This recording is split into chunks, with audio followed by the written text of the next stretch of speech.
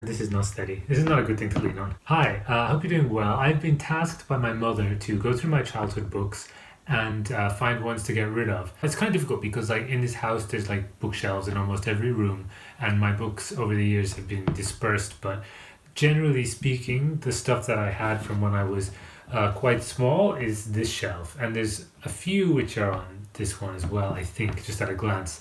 We moved to this house when I was, I think, around 10 or 11. So there's very few things that are like from really small times, but from around those years and like teenage years as well. Like we've got a bunch of books, so I'm just gonna go through them and see if there's anything that's so precious that I have to keep it or pass it on or whatever. But generally speaking, I'm probably going to be putting most of them in this blue bucket. I thought it might be entertaining for you to see those books and see me deliberating and agonizing over whether or not to put them in the blue thing. So, without further ado, let's get started. I thought I'd bring you a bit closer so you can see the books better. This is Doctor Who and the Loch Ness Monster, which was an episode of the show that I really liked when I was small, and I don't think I ever read this, and I don't know where we got it. Already, I'm on like my first book, and already it's tearing because like I do have such fond memories of the show, and it's so short. Maybe I should just read it, but I don't think it's going to be good, and I don't think I'm even going to like it, and maybe it'll ruin those nice memories. I gotta be cruel, otherwise we'll be here all day. Sorry, Tom Baker. Sorry, Zygons. Sorry, Loch Ness Monster. The first ever episode with the Zygons in it. From Doctor Who to Twilight of the Idols by Friedrich Nietzsche. This was a university textbook, and I've got my notes. Oh look, I just like completely wrote all over this. I hope I didn't write silly things, because this book we had it was an open book exam, and so you're allowed to like open the book anywhere, so everyone just used to write lots of stuff in the books so that you could obviously have very good notes ready for your essays. Very good notes ready for your essays. So I'm going to keep this because it's also a pretty great book, and my philosophy books I think are not on these shelves. I think there's another one, so this can go with those. But for now, I'm just going to keep it here. I have a tin box now. Oh, look at that. That's kind of nice, actually. Okay, I might keep that one. Hey, what's this? This is a time turner, isn't it? Isn't this a time turner? Isn't that a thing from Harry Potter with the little hourglass in the middle that spins it? Well, I don't know. It's from something. Anyway, it's not mine. I won't steal it. Put that back. A CD, which has, oh, cool, movies that I made when I was a teenager. Yeah, I want to keep those. This is a book that my Aunt Tila got me for, I think, a birthday or a Christmas. Let's see, she probably wrote 2009. Oh my god. From Sheila, 2009. Thanks, Tila. Retelling of the Trojan War myth, and I'm so excited. When I was in Japan, I was thinking, damn, why didn't I bring that with me? Because I really want to read it. I'm really sorry, Tila, I haven't read it after all these years. But the thing is that it came to me too early because I wasn't as into Greek myths when I received it back then. That was like just when I finished high school, as I am now. So now I am really excited to read this, and I'm definitely bringing it back to Japan with me. So that's not going in the blue box, and it's not going on the shelf. It's going to go in another pile somewhere. Next we have The Lord of the Rings. We have, I think it's The Two Towers, is it? The Two Towers in Japanese. And it was published in 3 different volumes. And a friend gave it to me a long time ago. And I don't know, I'm never going to be able to read it probably. But it's got, look, I just opened to a random page and it was Treebeard and Pippin and Merry, as done by a Japanese illustrator. It seems like it's too cool a thing to get rid of. Maybe I will be able to read it one day. I gotta keep these. I'm sorry, Blue Box. Gotta keep these. Hamlet, this could be my sister's or mine, I'm not sure. Happy birthday, Mariella. So it's my sister's, so I will leave it there. Another Hamlet. This Hamlet definitely is mine because it's a manga Hamlet, and I remember like there was like this craze when like Shakespeare was being done in manga. Sounds like a weird craze, but it was a craze, and I was so into that. It's kind of like cyberpunk Hamlet. I don't know how well you can see it there, but like yeah, I really was into this book and just the general concept back when I was a teen. But maybe somebody else will benefit from it. So in the box it goes. Finally, something in the box. Las Brujas de Ica. Wow, I've been to Ica. I want to know about the witches there. Probably got this from one of those little shops in Peru. They've got like street side little marketplaces that just sell books like this, like really thin, cheap things. You just like buy a story. I really like that. There's a big like drive in Peru to try and get people reading more. Don't know if it's still a thing, but it was when I was there. Mr. Man. This was like a play which was one of my favorite theater experiences I've ever had when I saw it with the, like angelic Cillian Murphy. Shame about the beard in this, but I don't think he had it in the actual show that I saw. Ooh, a little postcard in the middle. That's nice. It has the Arabian Nights that my dad had when he was quite small. It says, 1965 is the thing there. So I guess I shouldn't get rid of that. I read it. I read it a million times. China. Here's something that's definitely out of date and that we don't need. I think a lot of pages are gone from it.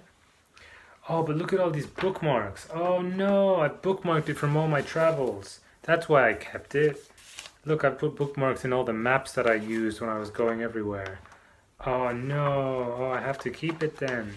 That's annoying. I have to keep it. I have to keep it. Melmoth the Wanderer. Man, I remember this is such a good book. This is written by, I think, a relative of Oscar Wilde. It's a Victorian novel. It was really popular at the time. And Oscar Wilde loved it. And, when he was in, kind of exiled after his trial, he took the name Melmoth, Sebastian Melmoth, from the guy in this book. Sort of like a Faust story about someone who sells his soul to the devil and then wanders the earth immortal, trying to get other people to make the same deal that he did, but most people don't think it's a good idea. This is just an absolute Irish classic that I think Dad would not want out of the house. So I'm going to put it in the box and go tell him to take it out of the box probably later. Dr. Jekyll and Mr. Hyde. Now I'm sure that we have another copy of Dr. Jekyll and Mr. Hyde somewhere. And the Suicide Club though. The Suicide Club, I like that story. I really like that story. Darn. I don't remember anything about the Suicide Club. I just remember that I really like that story. I'm gonna have to put this in here though. Flowers of Evil, Les Fleurs du Mal. I cannot speak French, by Charles Baudelaire. I can't speak French. This is definitely mine. And I remember I got it because I wanted to become better at French. And it's a really cool dual language edition. And it was a bit expensive. And I really like the cover. And I think I'm gonna keep it. This was a book I bought for myself. I remember buying this for myself. Wormwood Forest, A Natural History of Chernobyl. I was just really into Chernobyl and the nature kind of in Chernobyl. I don't know why. I just was super interested in that and I wanted to read a book about it. So I found one and I bought it and I didn't read it. I know Chernobyl became popular again lately because of the TV series, which I didn't see. But I definitely have to read this book. I'm putting it back. And then we have 2 H.P. Lovecrafts, At the Mountains of Madness, which is a graphic novel. Which looks something like that. Yeah, it's a cool little book, but I don't think I need it. And then this one is the only H.P. Lovecraft book that I read, but it's got a lot of the famous stories in it. I think I read all of it. Oh my god, that's my cinema ticket for Sunshine, one of my favorite movies. That's incredible. I kept it as a bookmark for this. Oh, you find things like this. I remember so vividly the cinema experience of seeing Sunshine when I was a teenager with my friends. Maybe not a teenager, maybe I was already 20 or something, but damn, I love that movie. And it's a cinema movie by Sunshine by Danny Boyle, a sci-fi thing. Damn, I want to keep the ticket but throw away the book, I think. What was it marking? It was marking the Dunwich Horror. I hope I read all these. Okay, that is the first shelf done and it's gotten dark already. So I think I might do the rest tomorrow. Probably. What I've done is I've turned on the light because it gets really dark ridiculously early in the UK. Yeah, it's 4 o'clock in the afternoon and the sun was already gone around 3. So anyway, here we are. I hope you can see the shelf a bit. I'm going to pull the books up a bit so you can see them better. These are just someone's glasses. It's a copy of the Quran that I got from someone that I dipped into once or twice. My little red book, one of the best-selling books in the world. I think maybe the most published book, or the second most published book after the Bible, I think. Yeah, I think Bible is number 1, and then Red Book of Quotations of Mao is the number 2 most published book, I think. I got this in Xi'an, so definitely going to keep this. This is mine, Lyra's Oxford, by Philip Pullman.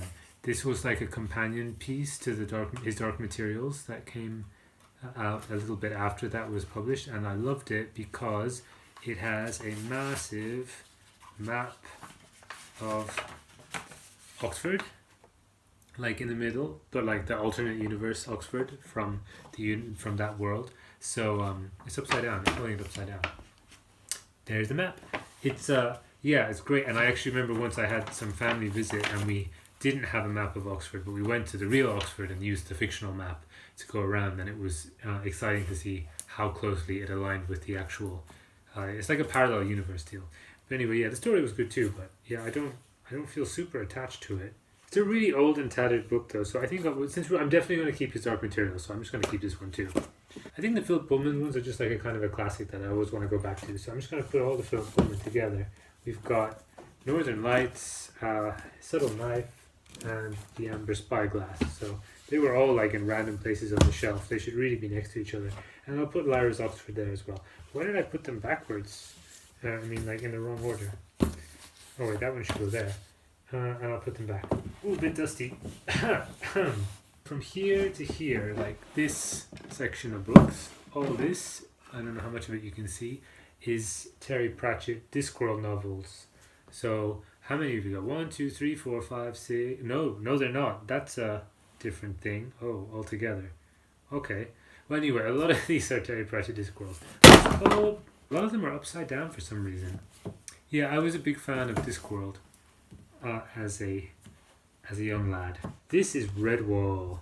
Martin the Warrior. We've got a whole bunch of Redwall books down there somewhere as well. So let's just keep them separate for now. You know they're all gone in the box. Oh, Johnny and the Dead. Yeah, before Discworld, which he's most famous for, Terry Pratchett did this Johnny, what's he called, Maxwell?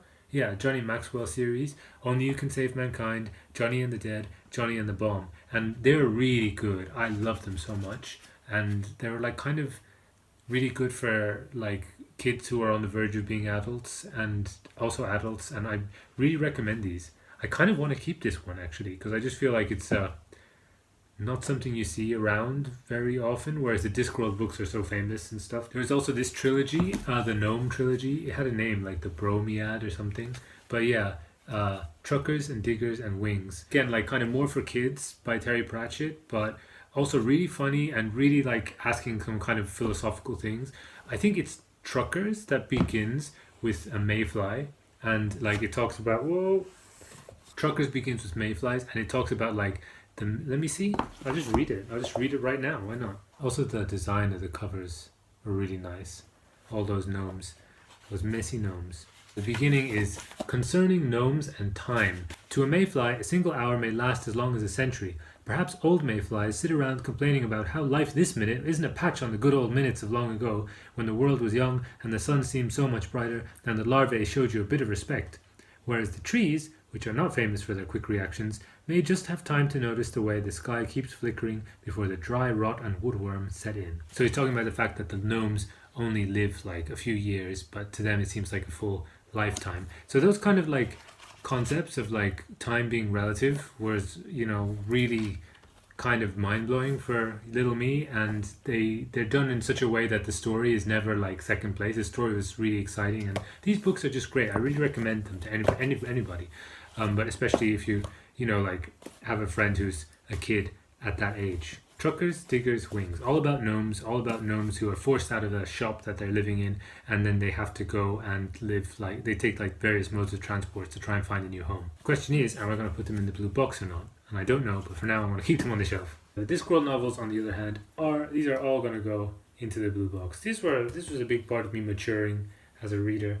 The first one I read was Jingo in the middle, which is like one of the most adult ones. It's all about like politics and stuff, but it's also got werewolves and it's got people like fantasy adventures and like little imps and little machines, and I kind of saw it as like, this book is too adult for me and I don't really get everything that's going on, but I also was excited by the story and stuff like that and thought it was really fun, so it was like a transition book. Now the Discworld series was kind of like a transition series for me from like kid reader to adult reader, I guess.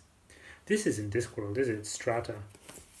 Looks like Discworld, but it's not. An early exploration of the idea that was to become the best-selling Discworld series. Oh, okay, so this is a kind of rare one.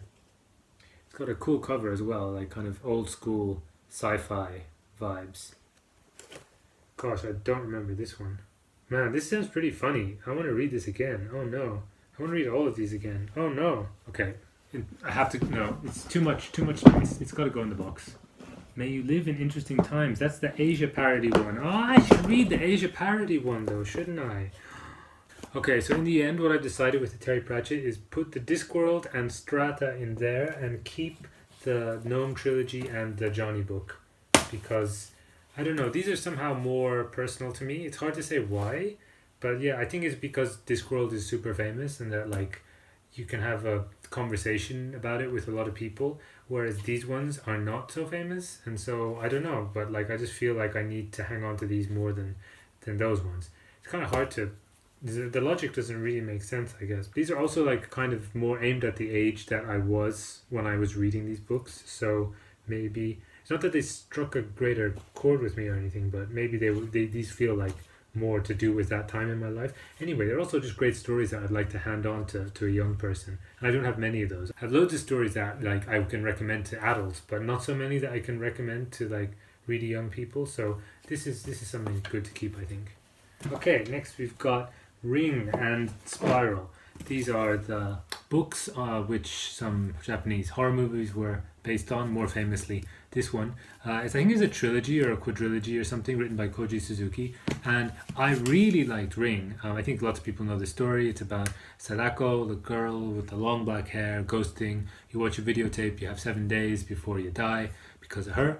And this is the original thing, and it's really influential for cinema, and I really liked it. Yeah, it's a great thriller. More thriller than horror, I would say, although obviously there's supernatural stuff and ghosty stuff, but yeah, in terms of like the feeling of reading it, because of the timeline, because of the deadline before they die. This, on the other hand, is one of the books that I hated the most. I really did not like this book at all. I don't know why I've got all these little bookmarks in it, maybe things that I particularly hated. I love this quote on the front. Suzuki blends Haruki Murakami with Stephen King. It's like horror by a Japanese guy, so it's Haruki Murakami plus Stephen King. Wow, creative. Oh, I like this though. He has a little picture of the ring virus. Anyway, both of these go in the box. Tell you what, I'll put the ones that are definitely not mine on the second shelf, and the ones that are definitely mine up here on the top shelf. Oh no, what's these definitely? I'm not sure. Oh, okay, I don't know now. What am I doing? Oh my gosh, I don't know what I'm doing. Okay, some more kitty books. Or Stegosaurus Carnivores. I'm sure I didn't have this as a young child. I'm sure an adult friend gave this to me when I was like in my 20s. Just because I like dinosaurs. In the box you go. Here's some more of that Shakespeare manga I was talking about. There you go, Macbeth, Romeo and Juliet. These are really good. I really hope somebody gets some joy out of these. Where's the Hamlet one? They should go with the Hamlet one. Oh, look at that, an Irish book. Probably the only Irish book I have, and this I don't think was one that I had when I was a little kid. Sean August en Grand Poner. I'm sure I can't pronounce that right, but that's cool that there's a little Irish book in here. I'll have to give that to Dad because he's actually studying Irish now, and I'm sure he'll want to give this a read. This book. I think, yeah, apart from Historic Materials and that little Lyra book with the map that I showed you, the only Philip Pullman that I've read are those. But I had also read this Clockwork, and it was from when he came to school. So if I remember, yeah, Philip Pullman, the signed copy. I loved this book. It's just like a really short kind of fairy tale like book. Let me read you the back. A tormented apprentice clockmaker and a deadly knight in armour, a mechanical prince and the sinister Dr. Calminius, who some say is the devil. Wind up these characters, fit them into a story on a cold winter's evening with the snow swirling down, and suddenly life and the story begin to merge in a peculiarly macabre and unstoppable way, almost like clockwork. Yeah, so it was like, had these little, let me see if I can find, yeah, there's these little boxes on the side where the narrator would just like have a chat with you, and it was always kind of weird and like, I guess, a bit postmodern. Like there's the narrator of the story, obviously, and then there's like another little like sub-narrator who appears from time to time and just comments on stuff that's going on. I'll keep you with the other Philip Pullmans. The Melancholy Death of Oyster Boy and Other Stories by Tim Burton. This is so good. This is so... what's he called? That guy, Edward Gorey. but Tim Burton. Some of them were like actually a bit scary, and most of them were just kind of cute, but in a sort of creepy way. I don't know if anybody knows about Tim Burton's drawings, but he's a really interesting illustrator. Like he's got a great mind. And like you got stuff like this, which kind of also like looks like things from some of his films. Like that looks like the Penguin from Batman, but like as a little baby. Anyway, I love this book, but in the box it goes. God, it's getting dusty up here. What's this? The I Ching. Wow, this is cool. This isn't mine. I wonder where this came from. This is my dad's. This is another heirloom from the 60s, I think. We're going through changes. Pulp Fiction. Hi. Oh, you. I know you. Pulp Fiction. Where, why, how, when? I mean, this is such a cool resource. It's just all like old Pulp Fiction, like what are they called? Those little magazines or things. Crime stories. Pulp magazines. That's what they're called. Yeah. It smells like old book. I think someone got me this book because I was writing things like this for a little while. And I probably read a few and then never went back to it. But I don't think we need it, so in the box it goes. The things in Moldy Manor, or of Moldy Manor. The things in Moldy Manor. You've got like things like this, and you lift the thing there, and something pops out, and you pull the thing there, and she turns around and has a scary face. And I loved creepy pop-up books when I was a kid. I think there was like a whole subgenre of them, and I was just really into them. Like you can do things like that. Hang on. Whoa. Well, hey. I read this so many times, and it's all falling to bits anyways. I don't think it would bring loads of joy to anybody else. It should definitely stay here. Now we're on the bottom shelf, which I'm not sure you can see. I'm going to try and get a little bit lower and angle the camera. Wow, look at this book. This is like falling apart in my hands. This must be my dad's. The first page is not even attached. This is like vintage. This is beyond vintage. Random bit of wood. Neil Gaiman. These were my like Neil Gaiman books that I adored when I was a teenager. Smoke and Mirrors and Fragile Things. Short stories. I always liked the short story form more than the novel form in general, I think. Probably because of Julio Cortázar. I'm not sure why, but yeah, I really like these, and I would love to read them again at some point, but I'm not going to. They're in the box. The box is getting pretty full now. The Philosophy Files. I love this book. This was the present from Barbara Burchell, I think, like a friend of the family, and it's got all sorts of like little thought experiments, and it was a great introduction to philosophy. It's got questions like, should I can't read it, can you? Should I eat meat and stuff like that, like from like point of view of ethics and stuff like that, and like it took like everyday things and got to big ideas. Does God exist? What is the mind? Where do right and wrong come from? Can I jump in the same river twice? The same river twice thing is really stupid though. I wouldn't say it was formative, but like I got so many cool little ideas and anecdotes from that. The Whitby books, yeah, like I was so surprised when I saw these because I thought I only had the Whitby Witches from my friend, but actually she must have given me the full trilogy. So I do want to read these because I enjoyed the first one, which I read for Halloween this year. So I am going to keep them. I'm not sure if I'm going to take them to Japan though. We'll have to see, but they're staying on the shelves. I'll put them up to the second shelf. Cooking in a Bedsitter. Oh my god, I think I actually used this when I was at university, even though it's from like, when is it originally? 1960, early 1960s, published 1963. My god. And I was using this to try to cooking to stay alive. Some things never change. Oh, I remember. I don't know if anyone knows about these novels, the John Marsden novels. These were like really popular in Australia, I think, and so I got sent one. And like, yeah, I think I read the first 3 or something, or the first 2, but they were pretty exciting. They're like a bunch of kids or teenagers. They go camping, and while they're camping, like Australia gets invaded, and it's just like, I think it's at war. I think it's like occupied. I forget by what country, but yeah, and then it's just the kids like surviving. In the box, what's next? Oh no. Oh, the Little Book of Frogs. What have we got? Oh, it's got like poems and pictures and everything to do with frogs.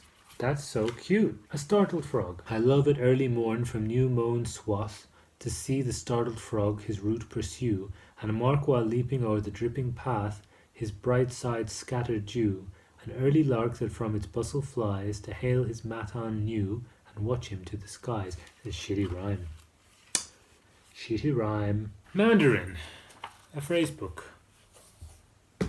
Oh, London A to Z. Wow, that's like amazing. This is what, like, for all the younger people watching it, this is what existed. This is the original Google Map. Google Map when it was a physical thing on Earth, before it transcended into the digital database heaven. This was Google Map. Oh, and there's all sorts of little notes in here as well. This is an heirloom. I feel weird about throwing out an A to Z. This is like history. This is like, well, this is in the blue box. The Hitchhiker's Guide to the Galaxy. The Trilogy of Four, it says, in its typical way. Hitchhiker's Guide to the Galaxy, Restaurant at the End of the Universe, Life's the Universe and Everything, and So Long, and Thanks for All the Fish. Yeah, I really like these. I read them all in one go, I think, so I get them all mixed up. But Douglas Adams, man. Douglas Adams, really funny, really exciting, imaginative stuff. The TV show and the radio, based on the radio show, was also super good. Wasn't such a big fan of the more modern movie. In you go, Douglas. Oh my god, no. This book, The Woven Path, this book caused me more trauma maybe than any other book. This was, gosh. Even the cover kind of tells you what I was in for. Like, it's got a teddy bear, and I read it when I was a kid, but that teddy bear is missing an arm, and like, things don't go well. No, the back looks nice. I like the back. You see the little boy looking in at the window there. Yeah, so this is by Robin Jarvis, and the reason I read this was because in the library, so basically in the library I used to go to get Redwall books by Brian Jacks. I think that's how you pronounce it. Brian Jacks. And this is a book about it's a series about mice who go on adventures. It's sort of like a feudal fantasy setting. Not just mice, all like woodland animals, but the protagonists are mice. And the thing is that when I ran out of them, when I'd read them all in the library, I went on to the next book, the books that were next to them or very close to them, which was in the J section. So JA for Jacks, and then you have JA for Jarvis. And Jarvis had a series called the Deptford Mice series, and they were also talking mice. So I went, okay, like the covers had cartoon mice, and the authors right next to each other because their names begin with Ja. So I thought, why not? And I tried them, and they were too grown up for me. Bit dark, bit freaky, but exciting adventure stuff. So I finished them, and then I went on to the next Jarvis ones, and I read this book, and it messed me up. I don't know. I must have bought this though, because it's not a library book. So I must have had this as a present maybe, or bought it myself because I wanted a Jarvis book because of those mice things. And my God, it's got some really awful violence in it. Like, this is not for young children. I was way too young when I read the terrible things that happened in this book. I really want to read this again actually as an adult to sort of overcome my trauma, to face my fears. But I don't know if it's worth keeping. Because I don't know when I would actually get around to it. So despite the fact that I've got such a strong emotional attachment to this book, I kind of think I should let it go. Yeah, I just don't see myself reading it again anytime soon, even though I want to overcome that fear. But then on the other hand, I'm not sure I want other people to read it as well, because it might traumatize another kid. Gosh, I really don't know what to do with this one. I think I will keep it. Will I keep it? No, I'm putting it in the box. Just gotta let go. And while we're here, I've got all the Brian Jacks books that I actually owned, which were only 3. I thought I owned a bunch of these, but like I said, I guess I got them all from the library. I owned Martin the Warrior, The Pearls of Lutra, and Redwall. Wow, Redwall, the original Redwall. I think this is signed, is it? To my pal, Brian Jacks. Oh, he called me a pal. Yeah, I'll keep this Redwall because it's got a note from the author to me in the front page. So, it's got kind of, I guess, cool. Who knows? Maybe it'll be worth something. Whereas these ones, I think I will say farewell to. Yeah, I'll say bye to these Redwalls. Oh, here we go. Another map. I also had a Redwall map. This was called the Redwall Riddler because one of the things about the Redwall books is they had loads of riddles in them. And they also had loads of maps in them. Oh my God, I can't open it. Look at that. I had so much fun with this thing, using your imagination and stuff like that with the stories that happen in this, and all the stories in the books take place on like in this world. So it's really cool having this, and also like it has riddles in it that you have to solve and little stories and stuff. And yeah, this is a really cool book. I can't close it now. That was a mistake. Okay, closed. But yeah, it's massively old, but maybe some other person will get some pleasure out of it one day. I doubt it though. It's falling a bit. It's falling to bits, but in it goes. So I got 2 Agatha Christie novels, Five Little Pigs and The Hollow. I liked both of these. I've never seen an adaptation of The Hollow, but I saw a TV one of Five Little Pigs, which was good. I think I know a person who might like these, so I will hang on to them and deliver them personally. Oh wow, we've reached the end, and it is an incredibly dusty Lord of the Rings and Hobbit and The Silmarillion and The Languages of Tolkien's Middle-earth, a complete guide to all 14 of the language Tolkien invented. Man, I remember learning Elvish phrases and being so into them, and I think we've got to keep this. We've got to keep the Silmarillion. The Lord of the Rings, we definitely have other Lord of the Ringses in other parts of the house. I think we have 2 copies of the Lord of the Rings, so I think at least one of them can go. But I'm going to check in case there's like some messages on the inside. Let's see. Oh god, you can just see the dust bunnies like scattering and running for the hills. Oh, from Dad, Christmas 97 with love. I think I would have been 8 years old or 7 years old. How old would I have been? Oh, can't throw that away. Let's see the Fellowship of the Ring. Look at these cool covers. I absolutely love these designs. I mean, this is the actual illustrations as well that Tolkien did. No, these ones don't have things written in them, I think. That's pretty cool. I had my own copy of The Lord of the Rings when I was 7 or 8. Now I'm torn. Now I don't know. I'm going to leave this because of the note from 1997 and see what the parents say, because we have the other Lord of the Rings is newer and fancier, but obviously lacking in memories. So maybe we should keep these ones and get rid of the new one.